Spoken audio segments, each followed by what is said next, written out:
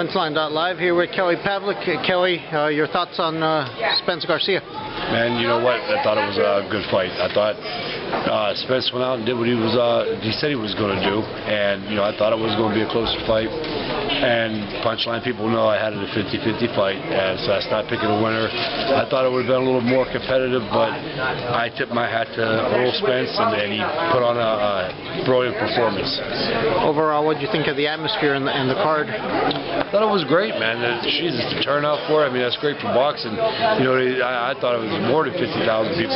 It looked like it. We don't know the buys yet, but I thought it was awesome.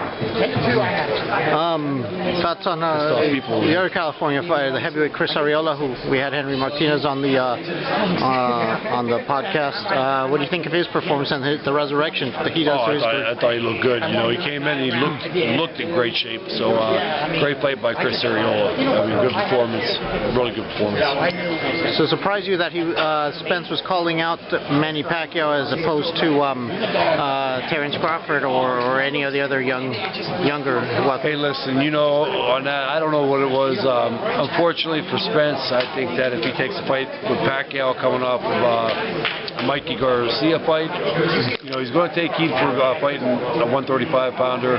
Again, I give Errol Spence credit, but he's going to take heat for it. And then, especially going in and fighting Manny Pacquiao, who's over 40 years old now. You talked about pound for pound, and was this performance good enough to put Spence in that argument, or keep him up there for the people that have him, or to move him up there for the people that had maybe Crawford ahead or any other? I think it's still open case, but in my opinion, I think he's definitely still in the top two or three, and a lot of them guys are, and that was a great performance by Errol Spence, and if you put him number one, then I could definitely see how, and if you keep Crawford number one, I could definitely see how,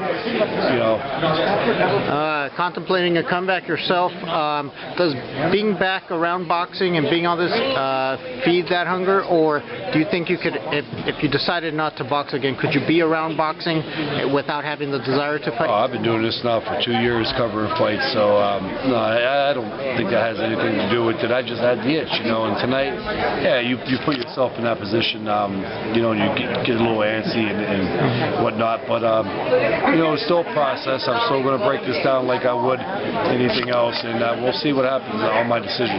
The great reception you get here in Dallas, and then when you were in LA, and wherever you're anywhere, how much does that encourage you to maybe want to please them, or is this all about your own decisions or something you have? This is all my own personal decisions, There's no pressure on me. It's not like when I have my career, everything's on my terms, I got to take a lot of stuff into consideration. I got kids at home, and I know I'm going to be 37 next month, and there's a lot of things to take into consideration, but this is on my terms. It ain't for money. I don't need it. I've been retired 6 years, 7 years. It's just something that I feel like doing. I'm actually seeing how much I can get down in weight and how good I feel.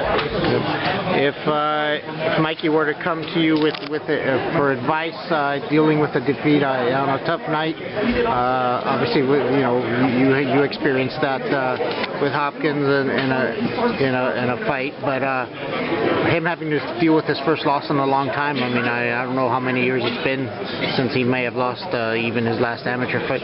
What do you tell him now as he rebounds? Well, first of all, Mikey's a very smart kid. We know that, so I'm pretty sure Mikey won't put his head up his ass. I'm sure Mikey's going to come back strong and know what he was just in against. But I would tell him, what I just said. Go back to the drawing board. Go back down in weight. You're a fantastic fighter. You're still a pound-for-pound guy, and do your thing. One of the final questions: when you're in a fight and you have the momentum, how hard is it to break the momentum, especially against another top-quality fighter?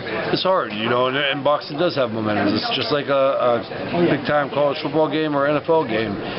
When somebody's got the momentum, it's hard to get them out of it, and you got to hope that they make a mistake or get themselves out of it. And that's how it really works in boxing. When somebody's got a momentum going, it's hard for the other fighter to break it, because there's nothing that you can really do.